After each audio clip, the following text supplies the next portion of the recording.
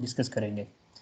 तो एक तरह का रिवीजन सेशन या फिर ई कैट की प्रेपरेशन का नाम जो है वो आप इसको दे सकते हैं। सबसे पहले हम सेकेंड ईयर की केमिस्ट्री स्टार्ट करने लगे हैं, तो चैप्टर 7 से स्टार्ट करते हैं जिसका नाम है fundamental principles of organic chemistry. आज के इस लेक्चर के अंदर हम चैप्टर नंबर 7 के पहले 5 टॉपिक को डिस्कस करेंगे और इनमें मौजूद एमसीक्यूज को भी साथ ही साथ जो है वो हम डिस्कस करेंगे। तो सबसे पहला टॉपिक इसके अंदर ऑर्गेनिक केमिस्ट्री का इंट्रोडक्शन है। देन इसमें फीचर्स ऑफ ऑर्गेनिक कंपाउंड्स हैं, सोर्सेज ऑफ ऑर्गेनिक कंपाउंड्स हैं, क्रैकिंग ऑफ पेट्रोलियम है और रिफॉर्मिंग है। तो आइए स्टार्ट करते हैं। सबसे पहला टॉपिक ऑर्गेनिक केमिस्ट्री का introduction. The definition of organic chemistry could be the branch of chemistry deals with the study of compounds of carbon and hydrogen. Carbon और हाइड्रोजन के कंपाउंड्स की स्टडी का नाम ऑर्गेनिक केमिस्ट्री है, और जिसके अंदर कार्बन और हाइड्रोजन प्रेजेंट होते हैं they are called as hydrocarbons and their derivatives. और साथ ही साथ जो इनके डेरिवेटिव्स हैं, जो इनसे डिराइव किए जाते हैं, उन सब कंपाउंड्स की स्टडी का नाम जो है वो ऑर्गेनिक केमिस्ट्री है। तो ऑर्गेनिक केमिस्ट्री स्टार्ट के ऊपर जो है ये सोचा जाता था कि ऑर्गेनिक कंपाउंड हम कभी भी प्रिपेयर नहीं कर सकते लेबोरेटरी के अंदर, ये जस्ट सिंथेसाइज होते हैं नेचर के अंदर और इनको लेबोरेटरी में नहीं बनाया जा सकता। ये कंसेप्ट किसका था? तो that was the concept of J Berzelius. तो जे बर्जीलियस ने सबसे पहले वाइटल फोर्स थ्योरी दी थी, और वाइटल फोर्स थ्योरी के अकॉर्डिंग क्या था कि organic compounds can be manufactured only within living organisms or living things. तो ऑर्गेनिक कंपाउंड सिर्फ मैन्युफैक्चर हो सकते हैं लिविंग थिंग्स के अंदर। These compounds could never be synthesized in laboratory from inorganic materials. तो inorganic material से ये synthesize नहीं किए जा सकते। A vital force is required for their synthesis। और ये ख्याल किया जाता था कि एक vital force require होती है organic compounds को prepare करने के लिए। But that concept was wrong। और ये बाद में जो है वो हमें आके बता दिया एफ वूलर ने।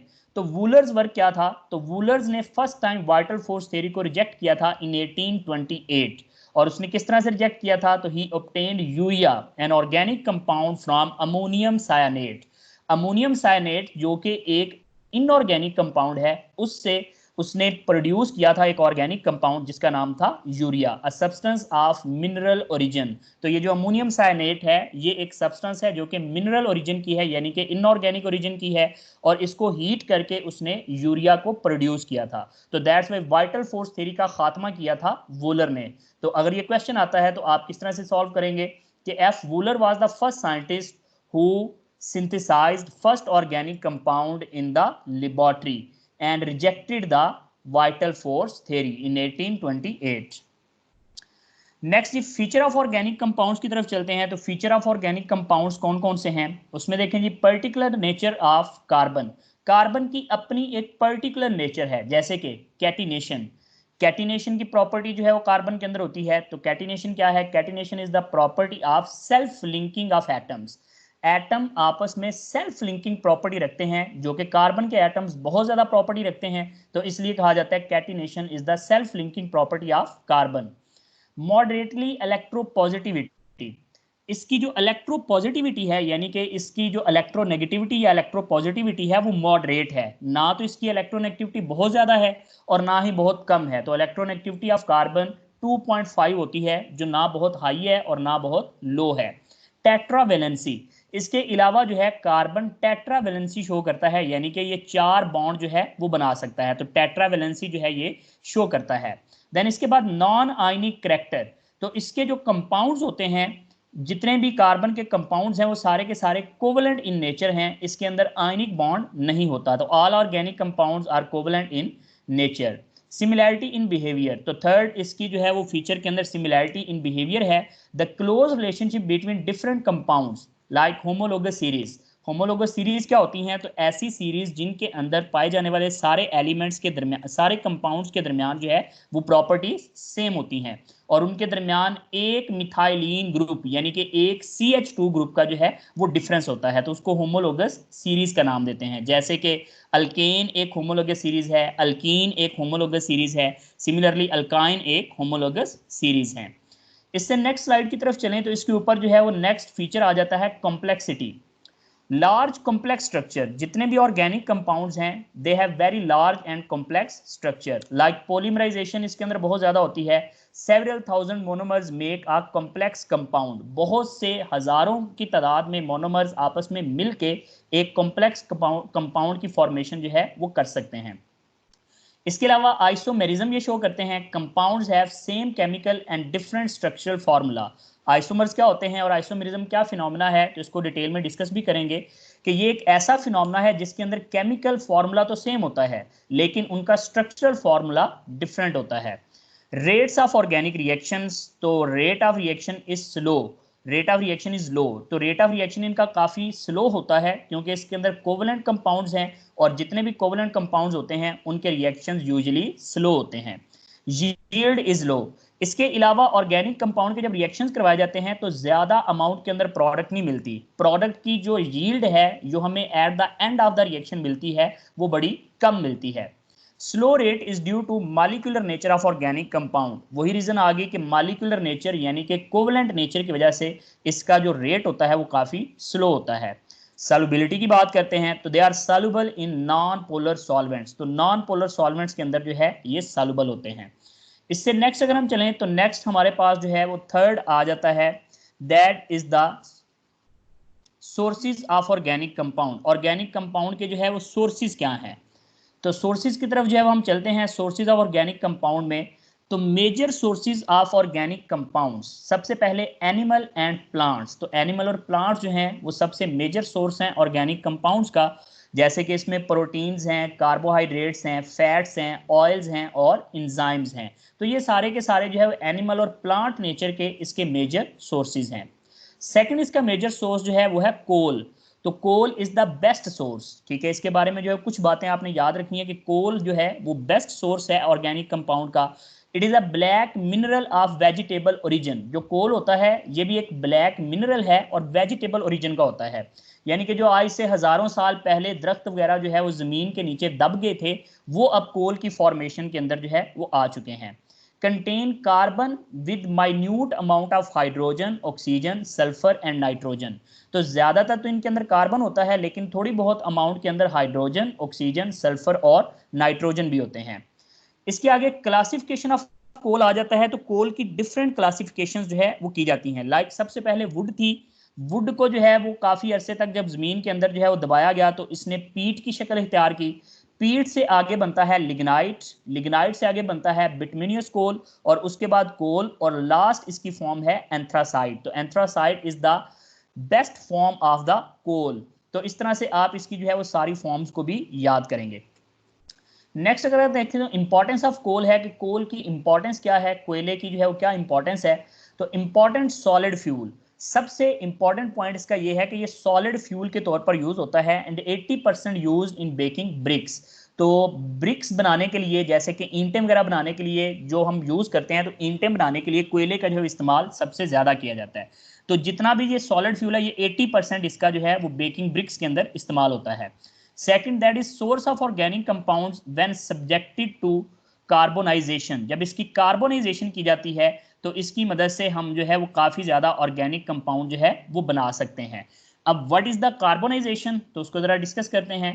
Carbonisation is also called as destructive distillation, carbonization को डिस्ट्रक्टिव डिस्टिलेशन भी कहा जाता है। लाइक इसमें देखें coal is heated at high temperature in the absence of air, जब कोल को हाई टेम्परेचर के ऊपर एब्सेंस ऑफ एयर में हीट किया जाता है तो this process is called as destructive distillation और carbonization. And then coal is converted into coke, coal gas and coal तार, तो जब हम इसकी डिस्ट्रक्टिव डिस्टिलेशन करवाते हैं तो ये जो हमारे पास कोल है ये कोक के अंदर, कोल गैस के अंदर और कोल तार के अंदर जो है वो कन्वर्ट होता है। कोक इसमें क्या है, तो Coke is a reducing agent, ये जो कोक है ये प्योर कार्बन होता है, प्योर चारकोल जिसको कहा जाता है, तो ये एक रिड्यूसिंग एजेंट है। कोल गैस क्या है, तो कोल गैस के अंदर 215 type of aromatic compounds extracted bye fractional distillation, ये थोड़ा सा मिसप्लेस है। जो कोल तार है असल में उसके अंदर 215 ऑफ एरोमेटिक कंपाउंड्स होते हैं और ये एक्सट्रैक्ट किए जाते हैं बाय फ्रैक्शनल डिस्टिलेशन, जबकि जो कोल गैस है उसके अंदर कंटेन होता है methane, carbon monoxide and hydrogen. तो ये एक दूसरे के साथ थोड़े मिसप्लेस हैं, इनको जो है वो आपने एग्जैक्ट लोकेशन के ऊपर याद रखना है। इससे आगे थर्ड सोर्स जो है वो ऑर्गेनिक कंपाउंड्स का क्या है, तो वो है हमारे पास natural gas. Natural gas formed by decomposition of matter. Matter की डीकंपोजिशन से ये नेचुरल गैस बनी है and that is the mixture of low boiling hydrocarbons. और ये बेसिकली क्या होता है, ये मिक्सचर है लो बॉइलिंग हाइड्रोकार्बन्स का, और मेनली इसमें क्या होता है, मीथेन। तो methane gas is mainly present in the natural gas. इसके अलावा और भी गैसेज होती हैं जैसे कि इथीन है, प्रोपीन है, ब्यूटीन है, तो ये भी लो बॉइलिंग हाइड्रोकार्बन इसमें होते हैं। Used as a fuel in general industries, और ये यूज कहां पर होती है, तो ये एज अ यूज होती है जनरल इंडस्ट्रीज के अंदर फॉर द हीटिंग पर्पजेज। इसके अलावा फोर्थ जो सोर्स है ऑर्गेनिक कंपाउंड का वो है petroleum. Petroleum is the refined mineral oil. जो मिनरल ऑयल होता है, जमीन से निकलता है क्रूड ऑयल, उसकी रिफाइंड फॉर्म को जो है वो हम पेट्रोलियम कहते हैं। तो formed by slow biochemical and chemical decomposition, ये बायोकेमिकल और केमिकल डीकंपोजिशन के नतीजे में बनता है और ये स्लो प्रोसेस होता है of the remains of organic matter found in sedimentary rocks. तो सेडिमेंट्री रॉक्स के अंदर जो ऑर्गेनिक मैटर मौजूद है उसकी बायोकेमिकल और केमिकल डीकंपोजिशन से पेट्रोलियम बनता है। पेट्रोलियम की फ्रैक्शनल डिस्टिलेशन जो है वो क्या होती है, तो इसके डिफरेंट फ्रैक्शंस या इसके अंदर मौजूद डिफरेंट कंपोनेंट्स को अलहदा करते हैं हम डिस्टिलेशन प्रोसेस के साथ, that is called as fractional distillation of petroleum. The crude petroleum is heated to about 400 degree Celsius causing its vaporization. तो क्रूड पेट्रोलियम को तकरीबन 400 डिग्री सेल्सियस पे जब हीट किया जाता है तो उसकी वजह से इसके वेपर्स बनते हैं। These vapours pass through a column, एक वर्टिकल कॉलम के अंदर से ये वेपर्स पास किए जाते हैं।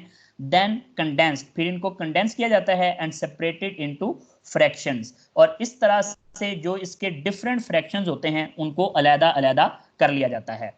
अब कुछ एमसीक्यूज डिस्कस करते हैं, आपने जरा खुद से सोचना है कि इसका आंसर क्या है। The self linking property of carbon is called as the option A polymerization, B is the catenation, C is the oligomerization and the D is the condensation, and we know that the true answer is the beta catenation. Second MCQ जरा discuss करते हैं। Wohler synthesized urea accidentally by heating, किसको heat किया था जी उसने, ammonium cyanate, तो that is the option C. तो option C is the correct option, ammonium सायानेट।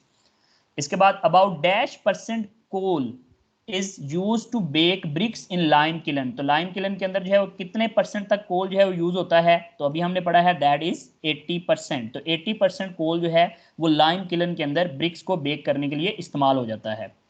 According to the geological survey dash of total coal resources present in Pakistan, तो कितने होते हैं जी, 184 बिलियन टन्स। तो ये 184 बिलियन टन्स जो हैं वो जियोलॉजिकल सर्वे के मुताबिक पाकिस्तान के पास कोल के रिसोर्सेज हैं। The major portion of natural gas is, तो अभी हमने पढ़ा है that is the methane gas, that is Charlie option, methane gas. आगे आ जाएंगे, what is boiling point range of gasoline. Gasoline की बॉइलिंग पॉइंट की रेंज क्या होती है, तो वो है जी 40 से लेकर 220 डिग्री सेल्सियस। तो ये जो है वो आपने इसमें याद रखना, चार्ली ऑप्शन है 40 to 220 degree Celsius. Next topic आ जाता है जी क्रैकिंग ऑफ पेट्रोलियम। तो क्रैकिंग ऑफ पेट्रोलियम जरा देख लेते हैं ओवरव्यू इसका। क्रैकिंग ऑफ पेट्रोलियम में आ जाए डेफिनेशन। क्रैकिंग, क्रैकिंग से मुराद ये होता है तोड़ना, यानी कि ब्रेक डाउन करना। तो डेफिनेशन क्या बनेगी, the breakdown of higher hydrocarbons into smaller and more volatile hydrocarbons having low boiling points. तो हायर हाइड्रोकार्बन्स जिनके बॉइलिंग पॉइंट हाई होते हैं उनको तोड़ा जाता है स्मॉलर मोर वोलाटाइल हाइड्रोकार्बन्स के अंदर, और जिनके बॉइलिंग पॉइंट क्या होंगे, कम होंगे। पर्पस क्या है, किस मकसद के लिए क्रैकिंग करवाई जाती है, तो 20% gasoline obtain from petroleum. Petroleum से सिर्फ जो 20% गैसोलीन हमें मिलता है ये दुनिया की जरूरियात को पूरा करने के लिए काफी नहीं है। गैसोलीन क्या है, ये आम पेट्रोल को कहते हैं। तो इतना पेट्रोल थोड़ा मिलता है कि ये दुनिया की जरूरियात को पूरा करने के लिए काफी नहीं होता। तो इसके लिए फिर क्या करना पड़ता है, हम किसी हायर हाइड्रोकार्बन को तोड़ के पेट्रोल के अंदर कन्वर्ट करते हैं, और इसी का नाम क्या है, क्रैकिंग है। तो high yield of gasoline required, क्योंकि हमें ज्यादा चाहिए होता है गैसोलीन, तो इसलिए हम जो है क्रैकिंग करवाते हैं। मैकेनिज्म ऑफ क्रैकिंग में आ जाएं तो क्रैकिंग ब्रेक्स कार्बन कार्बन और carbon hydrogen bond at any point. ये किसी भी पॉइंट के ऊपर कार्बन कार्बन या कार्बन हाइड्रोजन के बॉन्ड को ब्रेक करता है। जरा देखें जी, C16H34 को 700 डिग्री सेल्सियस तक हीट करें तो C7H16 बनेगा, साथ में इथीन बनेगी, साथ में मीथेन बनेगा और साथ में प्रोपीन बनेगी। तो ये इसने क्रैकिंग करवा के जो है इसके छोटे छोटे पीसेस के अंदर इसको कन्वर्ट किया है। मेथड्स ऑफ क्रैकिंग या फिर टाइप्स ऑफ क्रैकिंग क्या है? तो basically 3 types of cracking, thermal cracking, catalytic cracking and steam cracking. जरा पर्टिकुलर देखें इसमें एडिटिव यानी कि कौन सी चीज इसमें ऐड की जाती है, तो थर्मल क्रैकिंग में कोई चीज ऐड नहीं की जाती। कैटालिटिक क्रैकिंग में एल्यूमिनो सिलिकेट यानी कि Al2O3 एंड सिलिका SiO2, तो इनको एल्यूमिनो सिलिकेट भी कहते हैं या फिर एल्यूमिना और सिलिका कहा जाता है, ये कैटलिस्ट के तौर पर एक्ट करते हैं। और स्टीम क्रैकिंग के अंदर हम ऐड करवाते हैं स्टीम। टेम्परेचर की रेंजेस क्या हैं? तो थर्मल क्रैकिंग हाई टेम्परेचर के ऊपर की जाती है, that is above than 1000 degree Celsius. Catalytic cracking के लिए ज्यादा हाई टेम्परेचर नहीं, मॉडरेट टेम्परेचर चाहिए होता है, अबाउट 500 डिग्री सेल्सियस। और स्टीम क्रैकिंग के लिए first 900 degree Celsius and then cooled rapidly, पहले इसको 900 डिग्री सेल्सियस तक हीट किया जाता है और फिर फौरी तौर पर जो है उसको कूल डाउन किया जाता है। प्रेशर, तो इसके अंदर जो है वो हाई प्रेशर थर्मल क्रैकिंग के अंदर चाहिए। कैटालिटिक क्रैकिंग में जो है वो लोअर प्रेशर चाहिए, अबाउट 2 एटमॉस्फेरिक, और स्टीम क्रैकिंग में हमें कोई प्रेशर नहीं चाहिए। यूजेस क्या है, किस लिए करवाई जाती है? तो thermal cracking for the production of higher unsaturated hydrocarbons. Catalytic cracking इसलिए करवाई जाती है for the production of better quality gasoline and high octane number, यानी कि हाई ऑक्टेन नंबर या बेटर क्वालिटी का गैसोलीन लेने के लिए कैटालिटिक क्रैकिंग जो है वो करवाई जाती है। और स्टीम क्रैकिंग किस लिए? For the production of lower unsaturated hydrocarbons, तो लोअर अनसैचुरेटेड हाइड्रोकार्बन्स बनाने के लिए हम जो है वो स्टीम क्रैकिंग करवाते हैं। एमसीक्यू सॉल्व कर लेते हैं जी। The by product of cracking is are, इसमें से कौन सी बाई प्रोडक्ट है क्रैकिंग की? ब्यूटीन, बेंजीन, इथीन और all of these. The correct option is all of these, ये सारी ही प्रोडक्ट जो है वो क्रैकिंग से मिल सकती हैं। Cracking of long chain hydrocarbon is done to, cracking किस लिए करवाई जाती है? तो अभी हमने याद किया कि इंक्रीज करने के लिए यील्ड ऑफ गैसोलीन, तो beta option is the correct, to increase the yield of gasoline. Third MCQ है जी, catalyst use for the cracking is, कौन सा कैटलिस्ट यूज किया जाता है क्रैकिंग के लिए? तो ये पहले दोनों हैं अल्फा और बीटा, तो इसलिए both alpha and beta. Last वाला टॉपिक है इसमें रिफॉर्मिंग, तो रिफॉर्मिंग का जरा देखते हैं। रिफॉर्मिंग का अच्छा एक और नाम भी है, इसको आइसोमराइजेशन भी कहते हैं। जरा देखते हैं क्यों इसको आइसोमराइजेशन कहा जाता है। तो ये देखिए डेफिनेशन क्या है, conversion of straight chain hydrocarbon to branched chain hydrocarbon to increase the octane number of fuel. Octane number fuel का बढ़ाने के लिए एक स्ट्रेट चेन हाइड्रोकार्बन को कन्वर्ट किया जाता है ब्रांच चेन हाइड्रोकार्बन के अंदर, और ये प्रोसेस कहलाता है रीफॉर्मिंग, यानी कि रीशेप करना, एक नई चीज बना देना। तो आइसोमराइजेशन क्यों कहते हैं? आइसोमर्स की क्या डेफिनेशन होती है जी? वेरी गुड, आइसोमराइजेशन की डेफिनेशन बनती है हमारे पास कि जिनका मॉलिक्यूलर फॉर्मूला सेम हो लेकिन स्ट्रक्चरल फॉर्मूला डिफरेंट हो। तो देखें यहां पर भी यही होता है कि अगर हम यहां पर देखें तो एक स्ट्रेट चेन हाइड्रोकार्बन है जिसका स्ट्रक्चर जो है वो स्ट्रेट है, लेकिन यहां पर जो है वो स्ट्रक्चर एक ब्रांच के अंदर कन्वर्ट हुआ है, तो दैट्स वाई स्ट्रक्चर की चेंज का नाम जो है वो आइसोमर्स हैं। तो ये एक दूसरे के आइसोमर्स हैं और इसलिए इस प्रोसेस को आइसोमराइजेशन भी कहते हैं। तो रिफॉर्मिंग और आइसोमराइजेशन क्यों करवाई जाती है? तो उसकी रीजन है knocking, the sharp metallic sound produced in internal combustion engine because of premature ignition of petrol air mixture before the spark plug fires। तो बाज़ एक शार्प मेटेलिक साउंड प्रोड्यूस होती है कंबस्टन इंजन के अंदर due to premature ignition of petrol air mixture, तो इस वजह से इसको खत्म करने के लिए जो है वो रिफॉर्मिंग का प्रोसेस करवाया जाता है। ऑक्टेन नंबर क्या है? तो ऑक्टेन नंबर को हम डिफाइन करते हैं the percentage of isooctane in a mixture of isooctane and n heptane which give equivalent knock performance. तो ऑक्टेन नंबर क्या है? ये परसेंटेज होती है आइसोक्टेन की in a mixture of isooctane and n heptane, तो इसको जो है ऑक्टेन नंबर कहते हैं। Gives the measure of knocking, ये नॉकिंग की मेजरमेंट करता है, जितना फ्यूल अच्छा होगा, जितना ऑक्टेन नंबर हाई होगा उतनी उसकी नॉकिंग कम होगी। आइडियल फ्यूल क्या होता है? तो ideal fuel is the isooctane which is 2,2,4 trimethyl pentane has negligible tendency to knock, तो इसलिए इसको जो है वो स्टैंडर्ड के तौर पर लिया जाता है और इसका ऑक्टेन नंबर रखा जाता है 100।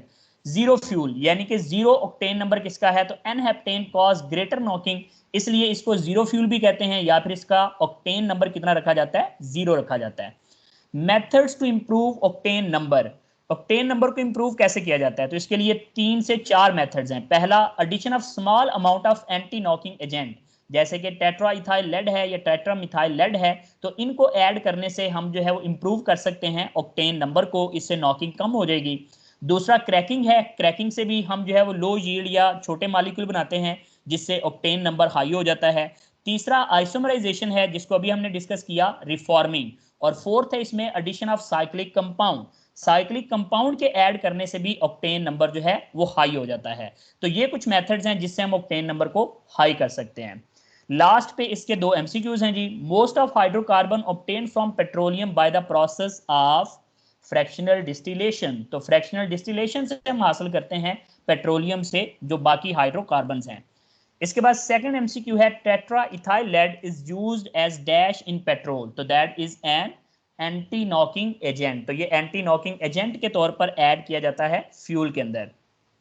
तो ये थी आज की वीडियो जिसके अंदर हम चैप्टर नंबर 7 को डिस्कस किया है। अगर आपको वीडियो पसंद आई हो तो प्लीज़ लाइक करें, कमेंट करें और शेयर करें, और साथ ही साथ जो है वो केमिस्ट्री हब चैनल को सब्सक्राइब कर दें।